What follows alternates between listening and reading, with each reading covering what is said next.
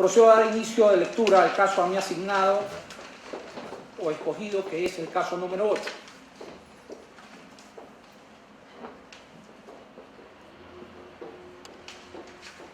Dice: el señor Mario Peña, en calidad de director regional de la SUAY del Servicio de Rentas Internas, el 26 de septiembre del 2011, presentó acción extraordinaria de protección en contra del auto dictado el 31 de agosto del 2011 por los jueces de la Sala Especializada de lo Penal y Tránsito de la Corte Provincial de Justicia de la SUAY, dentro del proceso de medida cautelar número 222. El accionante argumenta que la referida decisión ha vulnerado los derechos constitucionales de seguridad jurídica, tutela judicial efectiva y debido proceso, en la garantía del cumplimiento de las normas y derechos de las partes, amparados en los artículos 82, 75 y 76, numeral 1 de la Constitución de la República. Decisión judicial objeto de la acción extraordinaria de protección. Corte Provincial de Justicia de la SUAY, Sala de lo Penal. Cuenca, miércoles 31 de agosto del 2011, juicio número 222, vistos. Cuarto, análisis de las alegaciones realizadas por las partes. Se ha podido determinar que el objeto del accionante no es solamente detener el cobro del anticipo del impuesto a la renta, sino que éste ha planteado con anterioridad la demanda de inconstitucionalidad de dicho anticipo. Es decir, en efecto el accionante se siente lesionado en su propiedad y patrimonio, por lo que ha acudido ante la Corte Constitucional demandando la inconstitucionalidad de la norma. Este hecho demuestra que el accionante no propone una medida cautelar por el simple hecho de detener la actuación de la Administración Tributaria, sino que esta medida cautelar tiene por objeto evitar una lesión a sus derechos, consagrados en el numeral 26 del artículo 66 de nuestra Constitución. Hasta que existe el pronunciamiento pertinente sobre la constitucionalidad o no de la norma, premisa que será juzgada por el ente pertinente, esto es, la Corte Constitucional, en su debido momento, es importante también resaltar el hecho cierto de que las medidas cautelares, desde su concepción clásica, son medidas instrumentales al proceso, que buscan asegurar una eventual sentencia estimatoria, cuya base de otorgamiento es el peligro que existe por la demora que tiene el proceso hasta llegar a una resolución definitiva.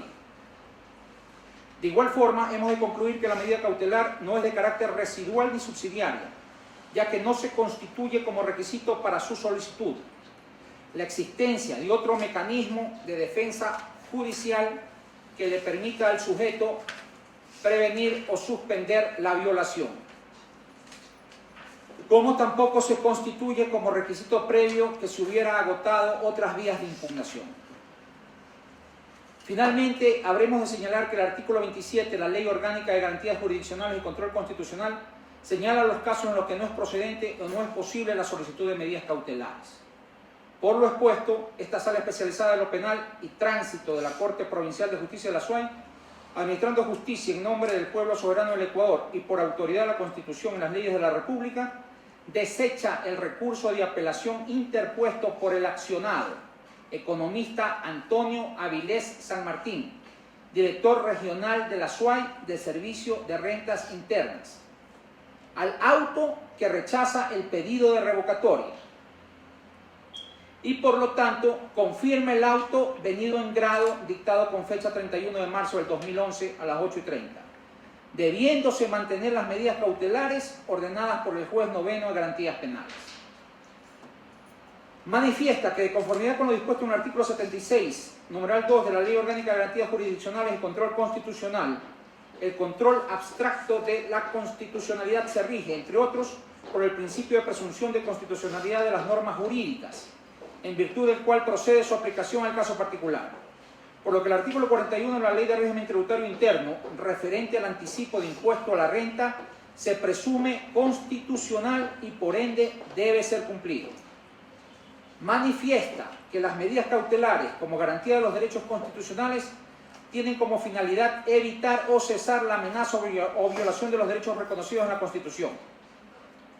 Efectivamente, para efectos de conceder o confirmar una acción constitucional de medidas cautelares, resulta indispensable verificar el cumplimiento de los requisitos de procedibilidad. Esto es, que el hecho, acción u omisión constituye una amenaza inminente y grave tendiente a violar un derecho, entre paréntesis, propiedad. Argumenta que resultaría tentatorio contra la institucionalidad de un Estado de Derecho el pretender cesar la aplicación de normas. Cada vez que un individuo invoque una pretendida falta de solvencia económica, esto es, ir contra incluso de principio de equidad y generalidad, argumentando únicamente que se ha presentado una demanda de inconstitucionalidad.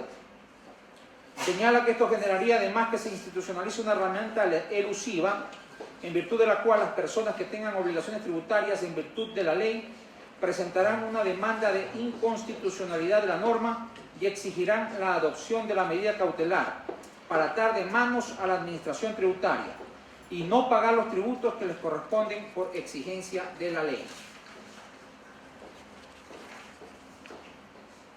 Agrega que se vulneró su derecho al debido proceso en la garantía de la motivación, por cuanto los jueces realizan un análisis mutilado respecto al artículo 27 de la Ley Orgánica de Garantías Jurisdiccionales y Control Constitucional, quienes en un acto carente de lógica jurídica proceden a analizar solamente el último inciso del mencionado artículo, sin que se revise previamente los requisitos propiamente establecidos en el primer inciso. Esto es, que se trate de una amenaza inminente y grave, lo cual ni siquiera es considerado en el auto. La pretensión concreta del accionante es que se declare la vulneración al derecho constitucional a la seguridad jurídica y una tutela judicial efectiva y expedita, disponiendo que se levante la improcedente medida cautelar dictada en contra del ejercicio reglado de la administración tributaria. Luego el sorteo correspondiente ha sido designado juez ponente de la presente causa y debe presentar un proyecto de sentencia para conocimiento del Pleno de la Corte Constitucional. Sus argumentos deben reflejar en el planteamiento y absolución de problemas jurídicos, un desarrollo argumentativo acorde con la fase procesal en la que se encuentra el caso en análisis. Es decir, no podrán plantearse argumentos de tipo formal que ya fueron analizados por la Sala de Admisión cuando ésta admitió a trámite la presente causa. Finalmente, debe identificar la ratio decidendi de su decisión y exponer una parte resolutiva acorde con la naturaleza y alcance de esta garantía constitucional. Muchísimas gracias, doctor Gutiñán. Debemos recordar lo siguiente, que debe realizar un desarrollo argumentativo acorde con la fase procesal en la que se encuentra el caso en análisis. Identificación de la ratio decidendi de su decisión y la exposición de una parte resolutiva acorde con la naturaleza y alcance particular del caso. Debe contestar 3 preguntas que al azar se formularán los comisionados a cada candidato a partir del banco de preguntas que ha sido elaborado previamente y que corresponde a cada uno de los casos. La contestación deberá tener el debido sustento y razonamiento jurídico. La presentación oral de su ponencia cuenta con un tiempo máximo de 45 minutos para la argumentación del caso hipotético asignado por sorteo. Para ello podrá hacer uso de los medios que requiera para realizar su exposición. Esta parte tiene una valoración de 40 puntos. La comisión hará las preguntas respecto al caso asignado por sorteo del banco de preguntas, ejercicio que se realizará una vez que el candidato haya hecho la exposición oral. En las respuestas se deberá privilegiar la argumentación y no la memoria, siendo el tiempo máximo de este proceso de 15 minutos. Parámetro de evaluación de esta etapa de preguntas es de 30 puntos. Todo esto es realizado en virtud del reglamento para la primera renovación parcial de las juezas y jueces de la Corte Constitucional, siendo las 10:59. Tiene un minuto para poder iniciar su exposición.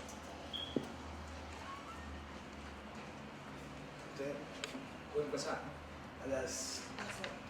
Puede empezar. Señor presidente, señores miembros de la comisión, asistentes de este acto.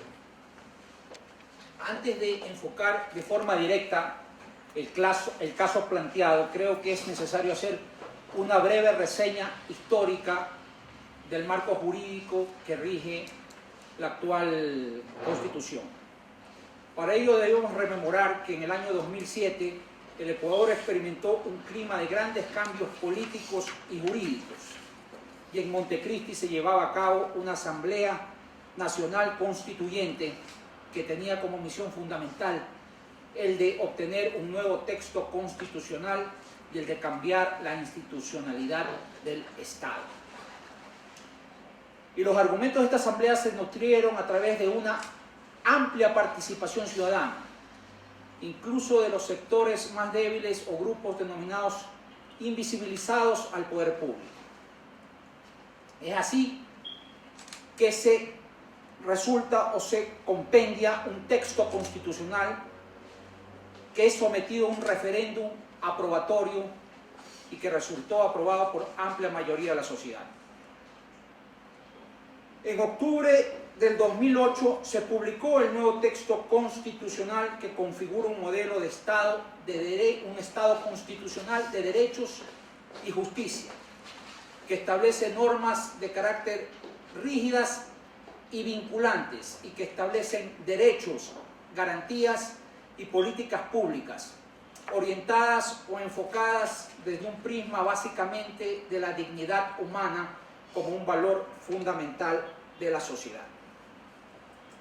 Este texto constitucional contempla una serie de garantías jurisdiccionales, de garantías constitucionales, como por ejemplo la acción de protección, el habeas data, el habeas corpus, la acción de acceso a la información, la acción pública de inconstitucionalidad, la acción extraordinaria de protección, medidas cautelares, entre otras.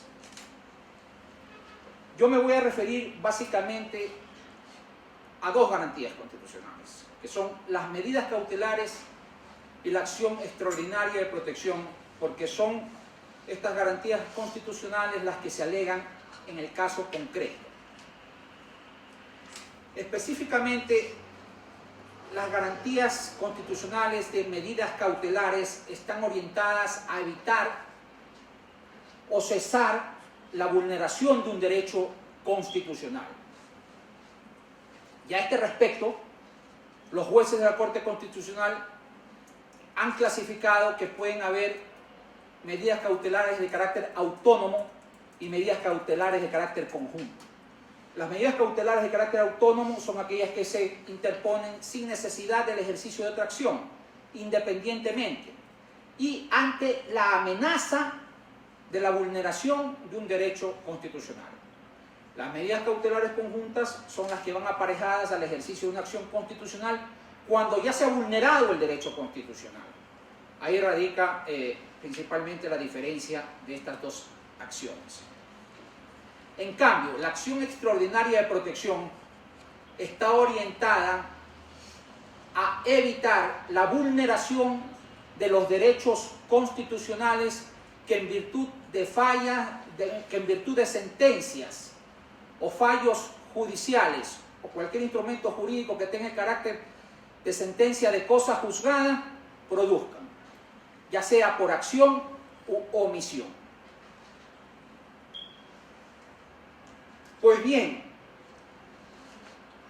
ya enfocándonos en el caso, vamos a plantear y a convenir de que el caso que he dado lectura se refiere al planteamiento de una acción extraordinaria de protección que lo plantea la autoridad tributaria de la provincia de La Suay en virtud de un acto expedido por una de las salas de la Corte Provincial de Justicia de La Suay en la que se niega la apelación de una revocatoria de medidas cautelares. Es decir, y para que se entienda mejor, un ciudadano se creyó que su derecho constitucional a la propiedad estaría vulnerado por la presunción o por la posibilidad de que la administración tributaria realice el cobro anticipado del impuesto a la renta. Y es por ello que planteó una acción pública de inconstitucionalidad. Sin embargo, de lo cual, sin que ésta se resuelva, decidió a su vez solicitar una medida cautelar a un juez ordinario a fin de que se le concedan medidas cautelares para evitar que la autoridad tributaria ejerza su derecho de cobro del anticipo del impuesto a la renta, argumentando para ello que estaba amenazado su derecho a la propiedad. El juez de esta instancia aboca conocimiento y considera que efectivamente está amenazado el derecho a la propiedad del accionante y resuelve concederle las medidas cautelares. Ante lo cual, la autoridad de la administración tributaria pide su revocatoria. Y para no extenderme en la explicación del proceso, el juez se la niega. Razón por la cual, y por ser una atribución constitucional que solo ante una negativa de un pedido de revocatoria se puede apelar una medida cautelar, la administración tributaria decide ejercer el ejercicio de la acción extraordinaria de protección ante la Corte Suprema de Justicia del auto dictado por la Corte Provincial de Justicia de la SUAY, considerando que se vulneraron sus derechos constitucionales de la seguridad jurídica, la tutela judicial efectiva y el debido proceso, amparado en el artículo 82, 75 y 76 de la Constitución.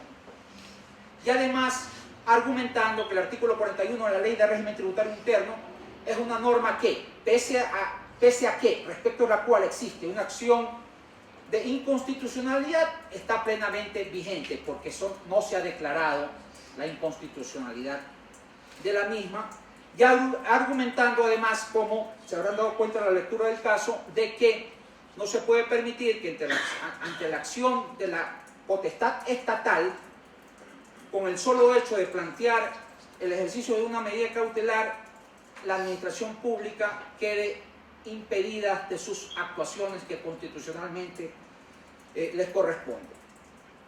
Hasta aquí una breve reseña del planteamiento de las partes y del planteamiento de esta acción extraordinaria de protección. En este punto creo que es conveniente plantear lo que se denomina el problema jurídico de la cuestión, que no es otra cosa que tratar de establecer quién tiene la razón, qué derecho constitucional se ha vulnerado, en qué circunstancias este ha sido vulnerado.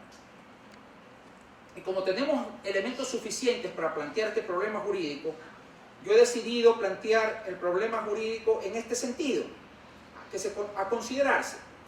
Y digo, el auto de la Sala de la Corte Provincial de Justicia de la SUAY, dictada el 31 de agosto del 2011, vulnera la garantía constitucional de la seguridad jurídica y la tutela judicial efectiva.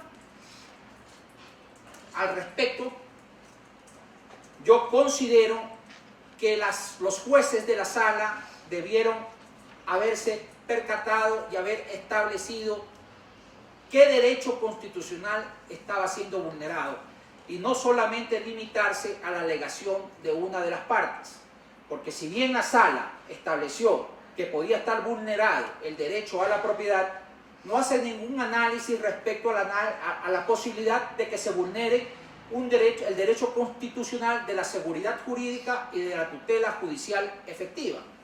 Ahí encontramos un vacío y una contraposición de apreciación respecto a los posibles derechos constitucionales a ser vulnerados. Por lo tanto, considero que en ese aspecto existe un vacío que además los jueces de la Corte Constitucional, mediante sentencias, se han pronunciado. Es así que me permito señalar la sentencia 001-13-SCNCC, así como la sentencia 055-10-CC, en los que se establece el criterio de que los jueces no pueden evitar los efectos de una ley y que son únicamente los jueces de la Corte Constitucional ¿quiénes pueden hacerlo? Aquí me voy a permitir leer parte de ese fallo porque va a ser sumamente esclarecedor.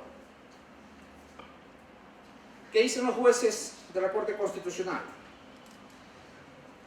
En el Ecuador existe únicamente el control concentrado de constitucionalidad, por lo que corresponde solo a la Corte Constitucional la declaratoria de inconstitucionalidad de una norma y su consecuente invalidez.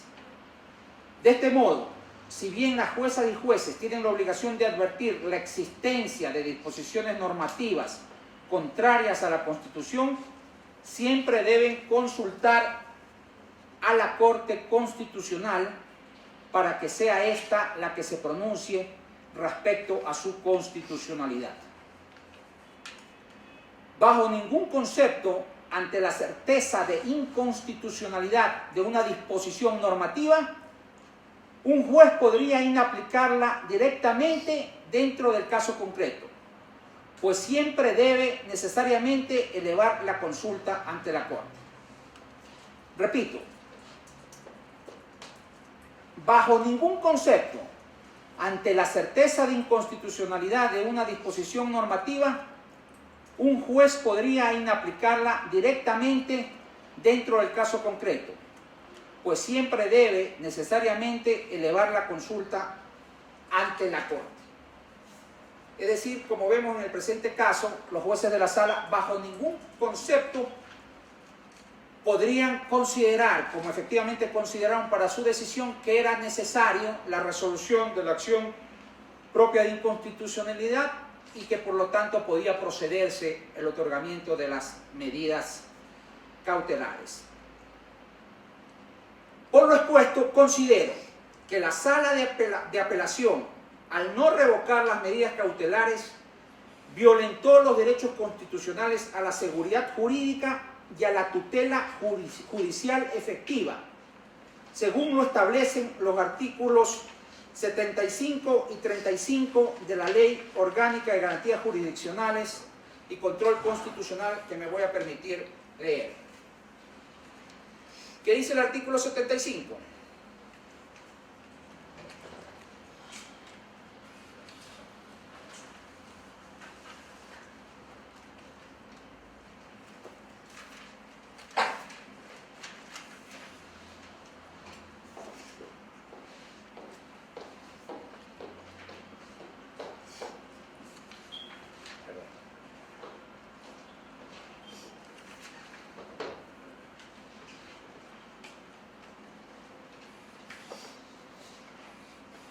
Competencias. El control abstracto de constitucionalidad tiene como finalidad, competencia. Para ejercer el control abstracto de constitucionalidad, la Corte Constitucional será competente para resolver las acciones de inconstitucionalidad en contra de enmiendas y reformas constitucionales, resoluciones legislativas aprobatorias de tratados internacionales, leyes, decretos, leyes de urgencia económica y demás normas con fuerza de ley, actos normativos y administrativos con carácter general. Y el artículo 35 señala, revocatoria. La revocatoria de medidas cautelares procederá solo cuando se haya evitado o interrumpido la violación de derechos, hayan cesado los requisitos previstos en esta ley o se demuestre que no tenían fundamentos. En este último caso, la persona o institución contra la que se dictó la medida podrá defenderse y presentar los hechos o argumentos que sustenten la revocatoria de la medida cautelar. Repito, la revocatoria de las medidas cautelares procederá solo cuando se haya evitado o interrumpido la violación de derechos, hayan cesado los requisitos previstos en esta ley o se demuestre que no tenían fundamento. Evidentemente, por los argumentos expuestos, hemos demostrado que el otorgamiento de esas medidas no tenía fundamentos y por lo tanto procedía la revocatoria de las mismas. De la lectura del caso, nos hemos podido dar cuenta que ha existido muy poca motivación respecto a lo que expresan los autos. Y en ese sentido existen disposiciones de la Corte Constitucional que establece que todo fallo, toda sentencia judicial debe estar debidamente motivada. Y es tan importante la motivación en los actos de resoluciones jurídicas que ha creído conveniente establecer un estándar o parámetros respecto a lo que debe contener la motivación. Es por eso que me he permitido plantear un segundo problema jurídico respecto a la motivación, que lo planteo de la siguiente forma. ¿Existe correcta motivación en la expedición del auto del 31 de agosto del 2011, expedido por la Sala de la Corte de Justicia de la SUAY? Al respecto, debo decir que antes de responder este problema jurídico es preciso, como asevera ya la Corte Constitucional en sentencia 049-15-CEP-SEP-CS, que la Corte Constitucional reiteró mediante jurisprudencia que el artículo 76 de la Constitución consagra un amplio abanico de garantías jurisdiccionales que configuran el derecho al debido proceso. Ya determinado que la motivación es una garantía compuesta de razonabilidad, lógica y comprensibilidad, entendiendo que la razonabilidad implica que los dictámenes de los jueces deben estar dados en base a un principio de preceptos constitucionales, y que una motivación tiene lógica cuando sus resoluciones son coherentes, es decir, cuando la premisa corresponde a su conclusión y cuando la decisión guarda relación con la conclusión. Y comprensibilidad en el sentido de que todo instrumento o todo fallo judicial debe tener un lenguaje claro que permita el conocimiento íntegro de la sentencia. Es evidente entonces que en el presente caso no vemos una correcta motivación por cuanto hay carencia de razonabilidad, no existe una razón sólida que establezca el por qué se le conceden esas garantías constitucionales, no existe lógica, ni tampoco comprensibilidad. Todo esto se sustenta en el artículo 76, numeral 7, literal E, que voy a dar lectura.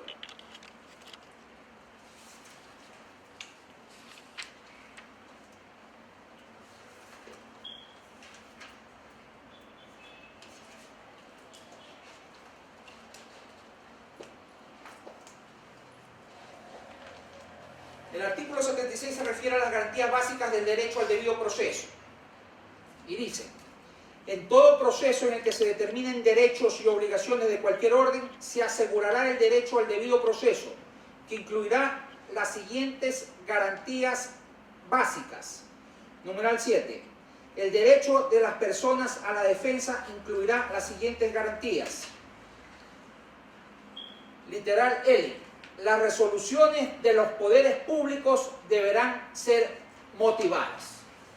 Por lo tanto, en base a este precepto, considero que no fue debidamente motivado el auto que es objeto de la acción, de la presente acción extraordinaria de protección. Además, para abonar a un mejor fallo, creo que es conveniente establecer otro tipo de consideraciones. Y es el de establecer que los jueces constitucionales tienen o hacen uso del principio iura novit curia, que significa el juez conoce el derecho. Por lo tanto, los jueces que conocieron o que abocaron conocimiento de estas causas no debieron limitarse únicamente a lo que planteaban las acciones, sino que en virtud de este principio iura novit curia debieron haber establecido cuáles son los derechos que fueron vulnerados o que podían ser vulnerados más allá de las alegaciones de las partes. Evidentemente, los jueces en estas actuaciones demostraron quedarse muy, pero muy limitados.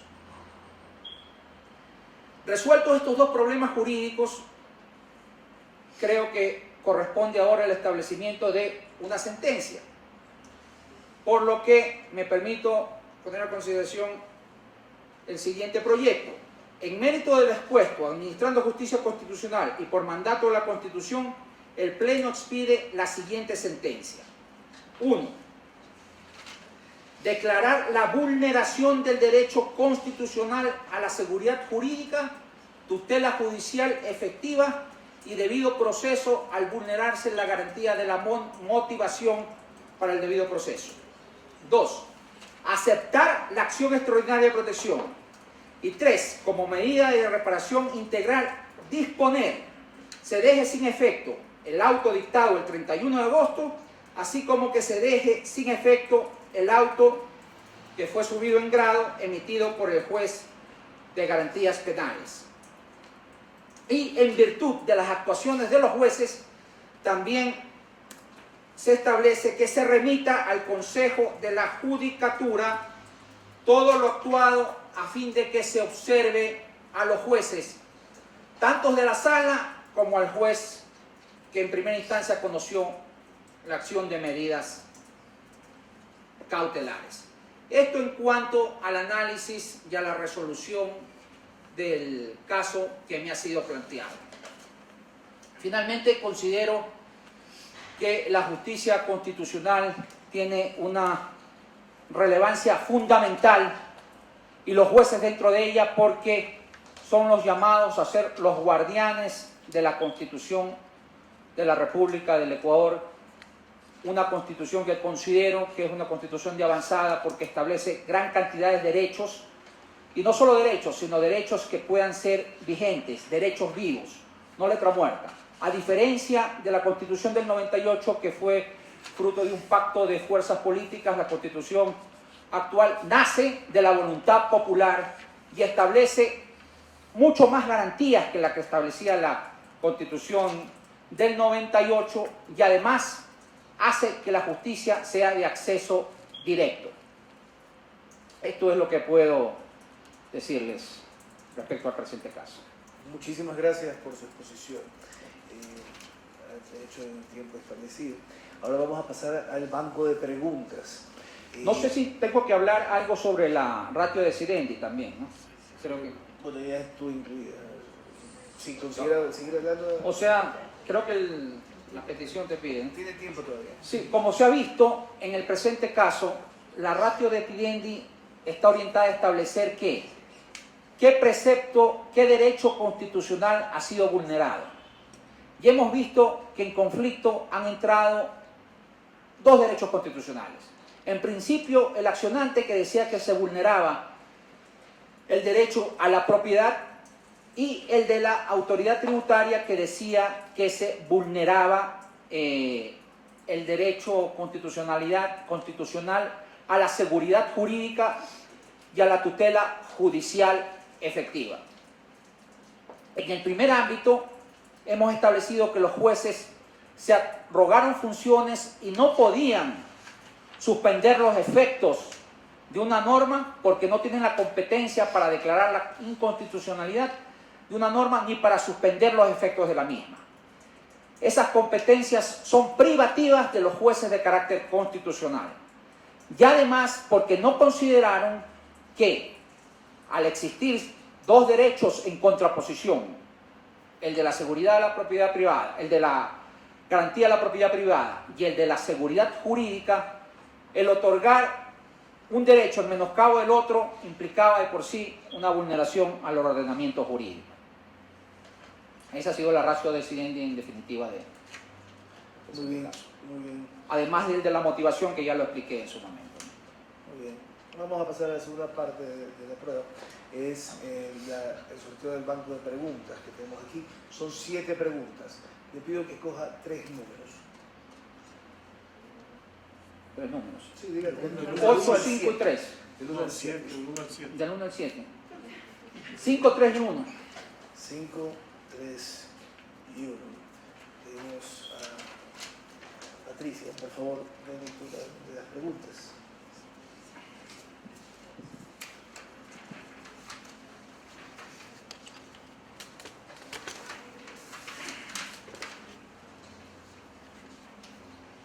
Doctor Buquiñán. La pregunta número 5 dice: a partir de los hechos que se desprenden del caso, identifique y explique las diferencias entre una medida cautelar autónoma y una medida cautelar en conjunto. Bien. Como me parece que lo dije en la exposición, cuando nos referimos a una medida cautelar autónoma, nos estamos refiriendo al ejercicio de una acción para el otorgamiento de medidas cautelares frente a la amenaza inminente y grave de la vulneración de un derecho constitucional, independientemente del ejercicio de cualquier otra acción. En tanto que la medida cautelar conjunta es la que se plantea junto con otra acción. Entiéndase, podría ser una acción de protección. Y está orientada cuando el daño o la vulneración del derecho constitucional ya se ha producido, con el fin de que éste cese. Esa es básicamente la diferencia fundamental entre Marcelo.